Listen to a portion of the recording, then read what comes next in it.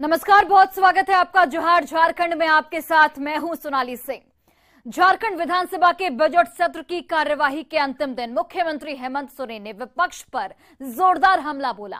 उन्होंने कहा कि सदन की कार्यवाही पूरा झारखंड देख रहा है, पर सदन में विपक्ष के गैर जिम्मेदाराना आचरण की हर तरफ आलोचना हो रही है। सुनिए उन्होंने क्या कुछ कहा।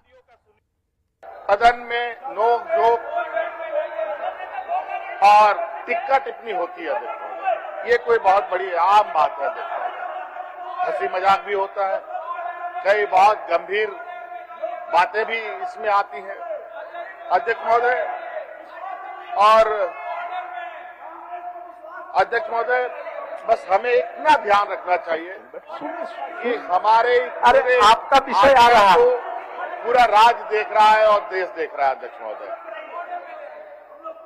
और देश और राज्यों के अंदर सदन का क्या संदेश जाता है, हमारा कैसा आचरण है, हम किन आचरणों के साथ राज्य के लोगों को के लिए दिशा तय कर रहे हैं, ये भी सदन से ही संदेश निकलता है। अध्यक्ष महोदय, इस वजह से हमारे विपक्षों को दूसरे पर आरोप लगाने से पहले अपने गिरेबान पर भी इनको झांक के देखना चाहिए। अध्यक्ष महोदय, और वहीं गुजरात में सूरत की कोर्ट से कांग्रेस सांसद राहुल गांधी को मिली 2 साल की सजा की गूंज भी सदन में सुनाई दी। कांग्रेस विधायक प्रदीप यादव ने इस पर नाराजगी जाहिर की। साथ ही केंद्र सरकार पर हिटलरशाही का आरोप लगाया गया। उन्होंने पूछा कि क्या लोकतंत्र में बोलने पर भी पाबंदी है। इस मुद्दे को लेकर कांग्रेस विधायक वेल में भी पहुंच गए।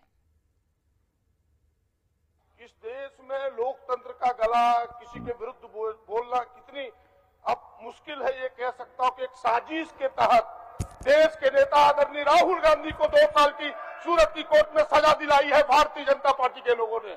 हम सब इसकी निंदा करते हैं। अध्यक्ष महोदय, क्या इस देश में किसी के खिलाफ बोलना जुर्म है? लोकतंत्र में आवाज उठाना जुर्म है? ये भारतीय जनता पार्टी के लोग हिटलरशाही पर उतरे। अध्यक्ष महोदय, हम सब इसकी निंदा करते हैं, ऐसी सरकार की निंदा करते हैं। अध्यक्ष महोदय, हिटलरशाही चलने नहीं देंगे, ये हिटलरशाही नहीं चाहिए। अध्यक्ष महोदय, देश में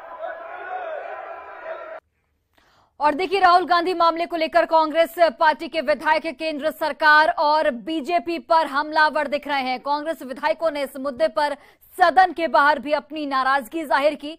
वहीं मंत्री मिथिलेश ठाकुर ने कहा कि वो कोर्ट के फैसले का सम्मान करते हैं, लेकिन उन्होंने इसे लोकतंत्र का पर कठोराघात करार दिया। इधर बीजेपी विधायक रणधीर सिंह ने कहा कि कोर्ट के फैसले पर किसी भी विधायक को टीका टिप्पणी नहीं करनी चाहिए। पर तो कोई टिप्पणी नहीं करना चाहता, लेकिन जो देश में चल रहा है वो जड़ता देख रही है। हिटलरशाही, तानाशाही, और अब आप कह सकते हैं कि अब कोई किसी के विरुद्ध अगर आवाज उठाए तो उस आवाज को दबाने के लिए भारतीय जनता पार्टी, इनकी सरकार किसी हद तक जा सकती है। ये अपने बोलने की आजादी पर एक तरह से कुठाराघात है, लेकिन न्यायालय का जब आदेश हुआ तो न्यायालय के आदेश का हम सम्मान करते हैं। लेकिन हमारे संविधान में जो बातें कही गई हैं, हमारे लोकतंत्र में जो बातें हैं, उसके अनुरूप जैसी मेरी जानकारी है कि किसी को इस देश में अपनी बात रखने की आजादी है और इस पर एक कुठाराघात है। रूप से जिस तरह से ये बड़ी पार्टी बीजेपी बन गई है, हर हाल में इनका यही कोशिश रहता है कि जो विपक्ष के लोग हैं उनको विधानसभा घुसने नहीं दिया जाए, उनको राजनीति से पूरी तरह से उनका राजनीतिक करियर खत्म कर दिया जाए। तो ये टारगेट कर करके इस तरह से काम करते हैं। और निश्चित तौर पर मुझे यकीन है हम लोग ऊपर कोर्ट भी जाएंगे, वहां उनको न्याय मिलेगा। और ये साफ हो गया, ये साफ इंडिकेशन है कि भाजपा के खिलाफ यदि कुछ बोलिएगा तो आपको जेल जाना पड़ेगा, भुगतना पड़ेगा। तो आज झारखंड के सदन से हम लोगों ने बहिष्कार किया है, और जब तक राहुल गांधी जी को इंसाफ नहीं मिलेगा हम लोग बाध्य कर देंगे और सड़क से लेकर सदन तक हम लोग घेराव करने का काम करेंगे। न्यायालय के द्वारा दी गई सजा पर कोई भी टीका टिप्पणी बाहर में किसी भी माननीय विधायक के, चाहे कांग्रेस पार्टी की हो चाहे किसी को भी करने की हो, का कोई नैतिक अधिकार नहीं है। राहुल गांधी जी ने जिस तरह से अमर्यादित टिप्पणी की थी पूरे मोदी समाज को लेकर, और माननीय कोर्ट ने जिस तरह से सजा सुनाई है, इस सजा का हम लोग स्वागत करते हैं। ताकि इस तरह का मानहानि का मुकदमा आगे भी दर्ज हो और इस तरह से कोई दुस्साहस नहीं करे किसी समाज को अपमानित करने का। और वही देखिए, झारखंड प्रदेश कांग्रेस अध्यक्ष राजेश ठाकुर ने बीजेपी पर राहुल गांधी को फंसाने का आरोप लगाया है। उन्होंने कहा कि जिस परिवार ने देश के लिए कुर्बानी दी, उसी परिवार के राहुल गांधी को बीजेपी जानबूझकर परेशान कर रही है। कांग्रेस इसके खिलाफ सड़क से लेकर सदन तक लड़ाई लड़ेगी। यूं कहिए, इस केंद्र की सरकार का जो मित्र काल चल रहा है उसको कैसे जन जन तक पहुंचाना, उसको पहुंचाते रहेंगे। ये 2 साल की सजा से कोई फर्क नहीं पड़ने वाला है और हम समझते हैं ये लोकतंत्र में आवाज को कुंद करने का प्रयास किया जा रहा। आदरणीय राहुल गांधी जी की आवाज को हम लोग उसको कुंद नहीं होने देंगे। सदन से लेकर सड़क तक हम लोग लड़ाई जारी रखेंगे। और वहीं जातीय जनगणना के मांग पर झारखंड में विधानसभा की कार्यवाही के दौरान मांग उठी। जातीय जनगणना की मांग को लेकर आजसू पार्टी के विधायक विधानसभा गेट पर धरने पर बैठे। विधायक लंबोदर महतो और सुनीता चौधरी ने हाथ में तख्ती लेकर धरना दिया। वहीं मंत्री मिथिलेश ठाकुर ने कहा कि ये लोग बीजेपी के साथ हैं, इसलिए इस तरह की मांग कर रहे हैं। के पास राज्य में निवास करने वाली जातियों की संख्या है क्या? कोई आंकड़ा उनके पास है क्या? और यही कारण है, अभी आप देखेंगे सुप्रीम कोर्ट में यही सरकार घुटना टेकी है कि हम सारी बधाई शुभकामना सर। चलिए, धन्यवाद आपको भी सर, उनकी हार्दिक बधाई। तो अभी आप देखे होंगे कि सुप्रीम कोर्ट में सरकार ने ये कहा है कि हम ट्रिपल टेस्टिंग कराने के लिए कमीशन का गठन करेंगे। तो सरकार के करने और कथने में अंतर है। सरकार पूरी तरह से इन विषयों से लेकर भटकाना चाह रही है। आज जाति जनगणना जब तक नहीं होगी, इसके पास सामाजिक ताना बाना का पता नहीं चल पाएगा। इसलिए जाति जनगणना बिहार सरकार के तर्ज पर राज्य सरकार करावे। हम जब झारखंडी हितों के लिए काम कर रहे हैं, झारखंड के यहाँ के आदिवासी, यहाँ के मूलवासियों के हितों के लिए काम कर रहे हैं, तो ये वजह विधवा विलाप कर रहे हैं। और बड़ी खबर रांची से सामने आ रही है। आक्रोशित छात्रों ने मंत्री की गाड़ी पर बोतल फेंकी है। पुलिस ने नियंत्रण करने का यहां पर प्रयास किया। जगन्नाथपुर के पास बोतल फेंकी गई है। विधानसभा मिथिलेश ठाकुर जा रहे थे। जगन्नाथपुर के पास छात्रों को पुलिस ने रोका। सड़क पर आंदोलनकारी छात्र इस वक्त भी डटे हुए हैं। तस्वीरें आप देखिए, छात्रों का आंदोलन बदस्तूर जारी है। पुलिस ने हालांकि आक्रोशित छात्रों को नियंत्रण में करने का प्रयास किया, लेकिन छात्र अभी भी आंदोलन पर डटे हुए हैं। असेंबली मिथिलेश ठाकुर जा रहे थे और इसी दौरान उनकी गाड़ी पर बोतल फेंकी गई। पुलिस ने हालांकि हालात को नियंत्रण में करने की कोशिश की। यहां पर जगन्नाथपुर के पास ये बोतल फेंकी गई। उस वक्त मिथिलेश ठाकुर विधानसभा की ओर जा रहे थे। छात्रों को यहां पर पुलिस ने रोका है, लेकिन सड़क पर अभी भी आंदोलनकारी छात्र जो हैं वो डटे हुए हैं। मार्च।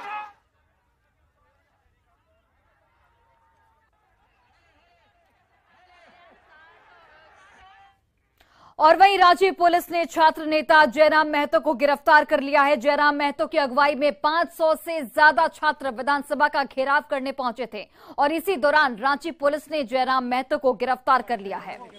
तो छात्र नेता जयराम महतो को गिरफ्तार किया गया है। आंदोलन की अगुवाई जयराम महतो कर रहे थे और इसी दौरान पुलिस ने ये बड़ी कार्रवाई करते हुए जयराम महतो को गिरफ्तार कर लिया। विधानसभा का घेराव करने करीब 500 से अधिक छात्रों के साथ जयराम महतो पहुंचे थे और उनकी अगुवाई में ये सभी छात्र शामिल हुए थे, लेकिन पुलिस ने ये बड़ी कार्रवाई की और रांची पुलिस की तत्परता से जयराम महतो को वहीं से गिरफ्तार कर लिया गया है। तस्वीरें आप देखिए, आंदोलन की अगुवाई की जा रही थी जयराम महतो की ओर से और ये करीब 500 की संख्या बताई जा रही है छात्रों की, जो सभी लोग विधानसभा का घेराव करने निकले थे। लेकिन इसी दौरान पुलिस ने जयराम महतो को गिरफ्तार कर लिया और उनसे पूछताछ लगातार की जा रही है।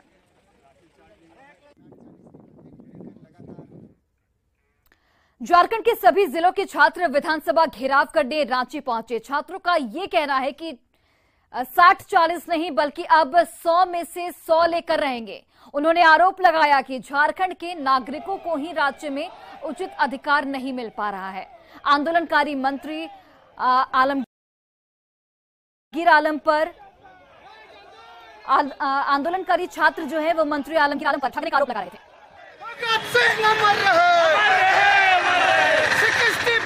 ना चलता भर के विद्यार्थी आज आंदोलन कर रहे हैं और विधानसभा घेराव के लिए पहुंच चुके हैं। पूरे राज्य भर से विद्यार्थी रांची के शहीद मैदान पहुंचे हैं और उसके बाद यहां से विधानसभा घेराव के लिए जाएंगे। दरअसल इनका विरोध है और कहना है कि 100 में 100 लेकर रहो।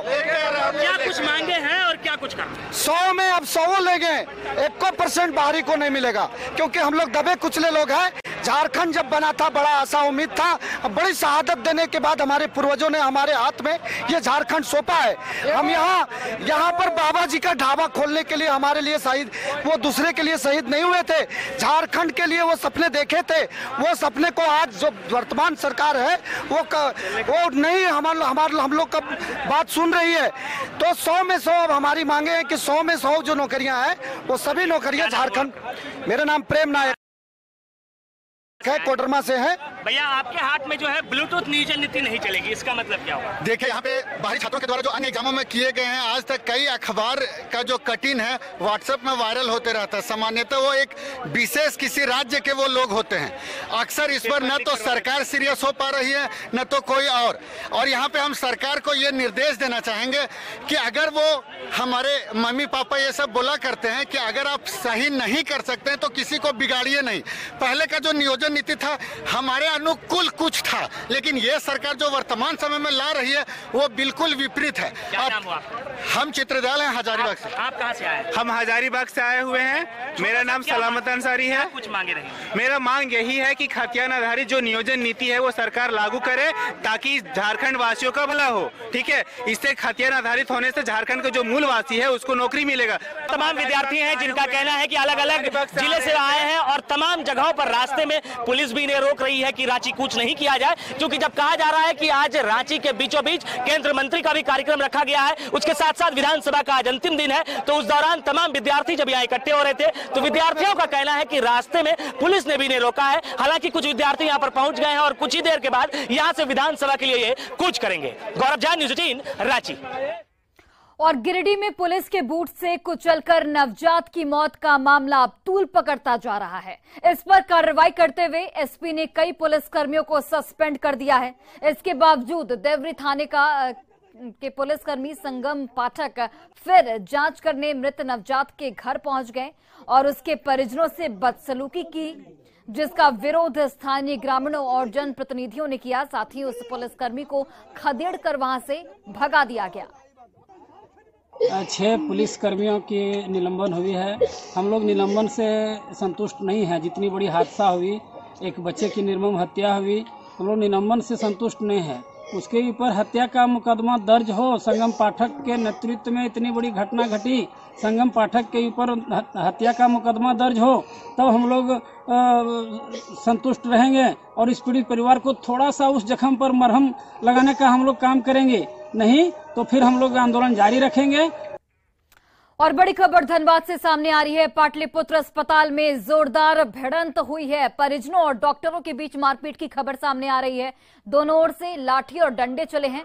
मरीज की मौत से परिजनों ने बवाल काटा है। परिजन नाराज थे। अस्पताल के कर्मचारियों से परिजनों ने यहां पर मारपीट की है। दोनों तरफ से आधा दर्जन से अधिक लोग जख्मी बताए जा रहे हैं। तो अस्पताल के कर्मचारियों के साथ यहां पर मारपीट की गई। मरीज की मौत के बाद परिजन जो हैं वो आक्रोशित हो गए। दोनों तरफ से करीब आधा दर्जन यानी कि 6 से अधिक लोग जख्मी बताए जा रहे हैं।